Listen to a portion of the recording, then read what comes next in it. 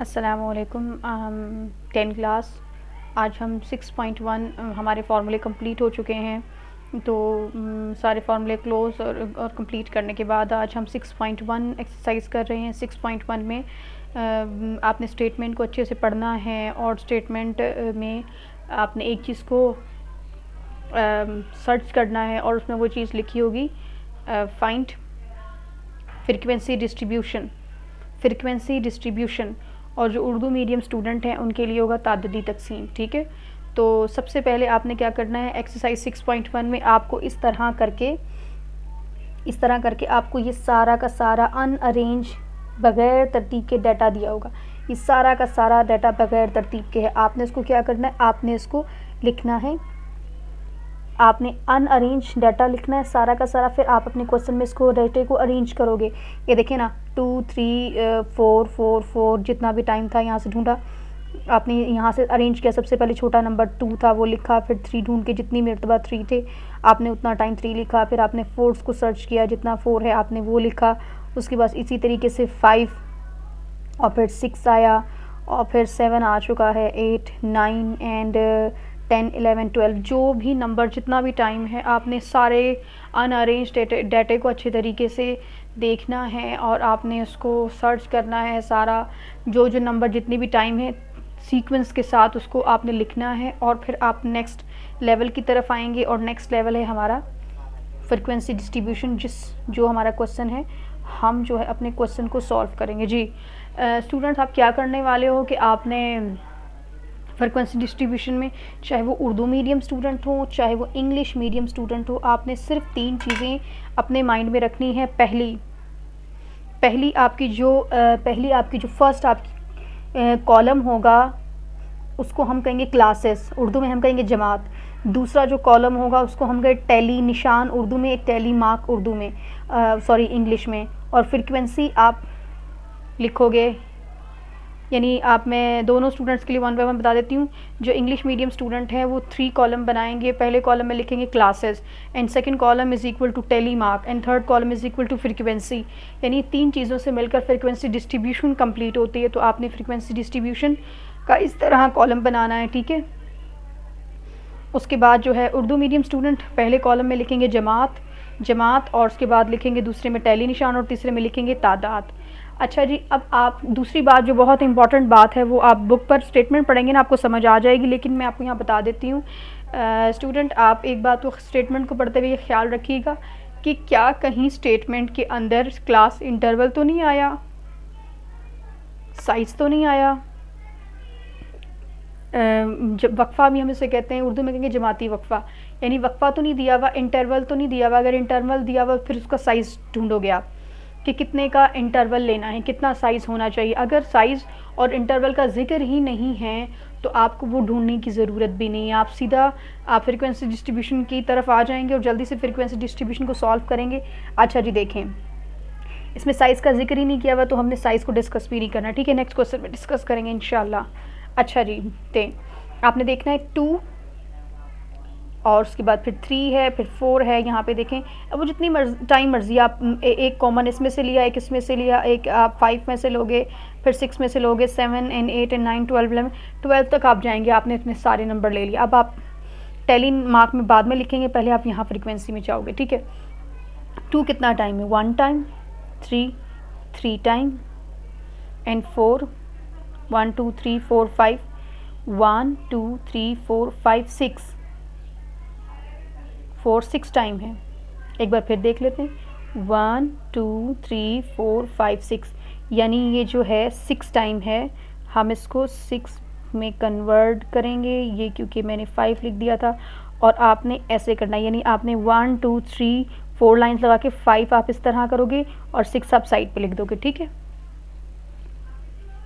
उसके बाद फिर आपने देखना 5 कितना टाइम है, 1 2 3 4 टाइम, बिल्कुल 4 लाइन्स लगानी है। यहाँ पे देखें, ये भी आपके पास एक्स्ट्रा है, 1 सिर्फ 1 लाइन होगी, 2 नहीं लगानी। ये 3 लाइन्स लगानी है, ये 6 लाइन लगानी है, यानी 4 लगा के सीधी और 5वीं उसके ऊपर, 5th लाइन ऊपर होगी 6 साइड पे, 4 ऐसे, 3 यूँ ही, 6 बिल्कुल यही मेथड जो बताया वही करना है, 5 यूँ ही लिखनी है आपने। उसके बाद ये 9 कितना टाइम है, 1 2 3 एंड 4 5 6 टाइम है, ये भी आप ऐसे ही करोगे, यानी 4 लगा के 6 ऊपर, उसके बाद 10 2 टाइम है, 2 लिख दिया, यानी आपने नंबर्स में लिखना है, यहाँ पे टैली मार्क में लिखना है आपने, ठीक है। इस तरह आपने सारा जो है अनअरेंज से अरेंज करना है। फिर आपने 3 कॉलम्स बनाने हैं। अगर क्लास इंटरवल नहीं दिया हुआ तो आपने क्लास इंटरवल का यूज़ नहीं करना, ठीक है। इस तरह हमारा जो है क्वेश्चन कंप्लीट होता है, जो कि बहुत फर्स्ट क्वेश्चन बहुत इजी है, तो इंशाल्लाह आपको समझ भी आएगा और आप इसको सही से सॉल्व भी करेंगे। अस्सलाम वालेकुम। अब हम दूसरे क्वेश्चन की तरफ जाते हैं। बिल्कुल इसी तरीके से, अच्छा मेरी बात सुने स्टूडेंट, 6.1 का दूसरा क्वेश्चन को डिस्कस कर रही हूँ। मैं एक बात में बताती हूँ, सबसे ज़्यादा टाइम पता कहाँ लगता है? अनअरेंज डाटे को अरेंज करने में टाइम लगता है। तो आपने अनअरेंज डाटे को अरेंज करना है और उसमें आपको थोड़ा सा 10 से 15 मिनट लग सकते हैं। अगर डाटा बड़ा है, अगर डाटा छोटा है तो एटलीस्ट 5 to 7 मिनट तो ज़रूर आपके यूज़ होंगे और आपको डाटा अरेंज करना पड़ेगा, तो ही आपके लिए आसानी हो सकेगी, ठीक है।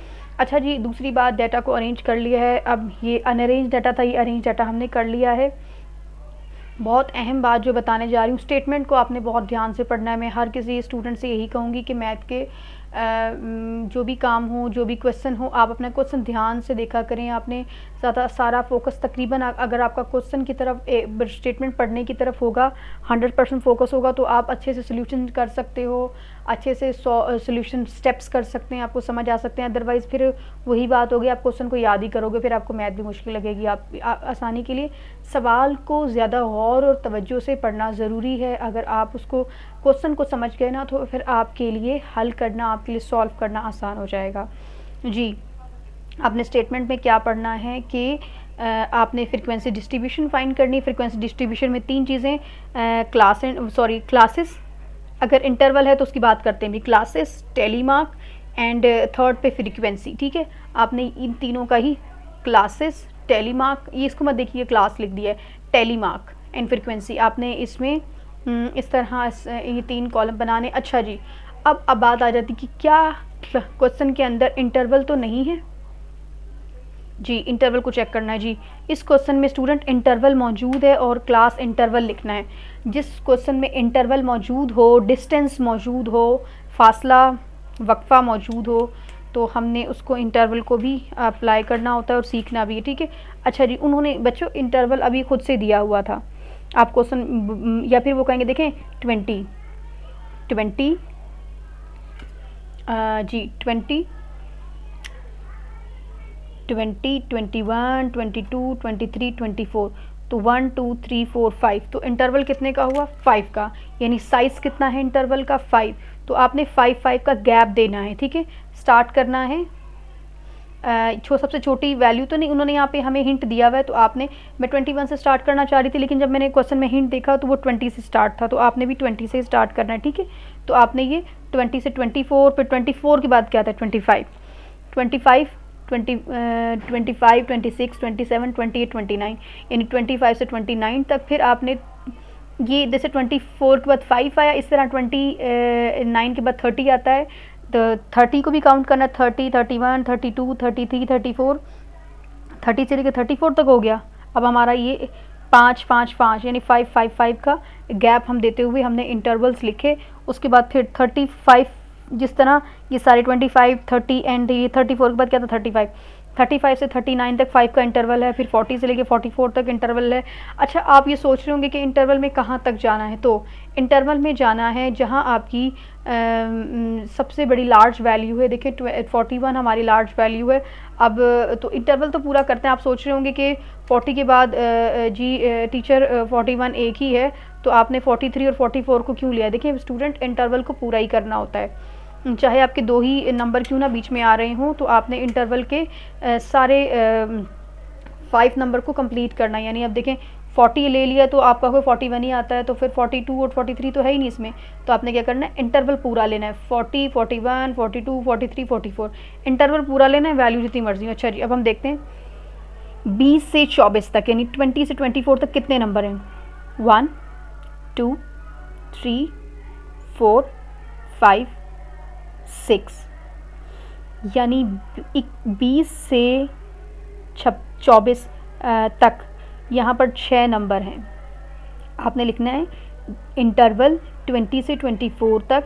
यहाँ पर सेंटर में 6 वैल्यूज़ आती हैं और आपने यहाँ पे टेली मार्क की फॉर्म में लिखा और यहाँ आपने लिख दिया है नंबर की फॉर्म में, फ्रीक्वेंसी की फॉर्म में। इसके बाद हम जाते हैं 25 से 26, यानी 25 तो है नहीं लेकिन 26 से 29 तक जाना है। 25 नहीं है, कोई बात नहीं, देखें ये प्रॉब्लम वाली बात नहीं है तो ठीक है काउंट कर लो, अदरवाइज़ नहीं है तो ना काउंट करो। 29 से पहले पहले या 29 तक जाना है। 1 2 3 4 5 6 7 8 9 10, ठीक है, यहाँ नहीं जाना, 29 तक जाना। तो 10 वैल्यूज़ हैं, 4 लगाकर 5 ऊपर, 4 लगाकर लाइन्स 5 ऊपर, ठीक है, 10 लिख दिया है। 30 से 34 तक, अब देखें यहाँ पे 1 2 3 4 5 6 7 8 9 10 11 12 है, ठीक है, यहाँ लिख दिया। उसके बाद फिर ये 1 2 3 4 5 6 7 8 9, हमारे पास 39 तक था, 39, ठीक है। देखिए दोबारा काउंट कर लें, 1 2 3 4 5 6 7 8 9, हाँ ये 9 है तो मिस्टेक हुई है, तो आपने यहाँ पे 9 ही लिखना है, ठीक है। इसको 0 बनाएं और इसको 9 बनाते हैं, यानी 9 है ये, ठीक है। तो ध्यान रखना ये 9 वैल्यूज़ हैं। और यहाँ पर हमारे पास ये 1 लिखा है जहाँ पर 1 2 3, यानी 40 से 41 तक 3 वैल्यूज़ हैं, इसको भी आप ठीक कर लीजिएगा, ठीक है। तो ये हमारे पास क्वेश्चन नंबर जो है 2 कंप्लीट हो चुका है। आपने इसमें सीखा कि हमने सबसे पहले अनअरेंज डाटा को अरेंज करना है, फिर आपने क्लास इंटरवल चेक करना है, इंटरवल है तो आपने देखना साइज़ कितना है, साइज़ आपने सारे साइज़ जो हैं क्लासेस। अच्छा एक और बहुत अहम बात, हमारे पास ये क्लासेस होती हैं। अब मैं आपसे ये पूछ सकती हूँ student how many classes in this question, आप कहेंगे 1 2 3 4 5, 1 2 3 4 5 क्लासेस, यानी आपके पास कितनी रोज़ हैं उतनी रोज़ को आपने क्लासेस कहना है। ये पूरा कॉलम क्लासेस का है, लेकिन हाउ मेनी क्लासेस, 5 क्लासेस, इस क्वेश्चन में 5 क्लासेस हैं, ठीक है। उसके बाद टेली मार्क एंड फ्रीक्वेंसी वैसे ही सेम है, तो इंटरवल की क्लासेस अच्छे से गैप डालते हुए ठीक लिखनी है। फिर आपने इन वैल्यूज़ को चेक आउट करते हुए आपने यहाँ टेली मार्क में व फ्रीक्वेंसी में लिखना है, ठीक है। अब हम क्वेश्चन नंबर 3 की तरफ जा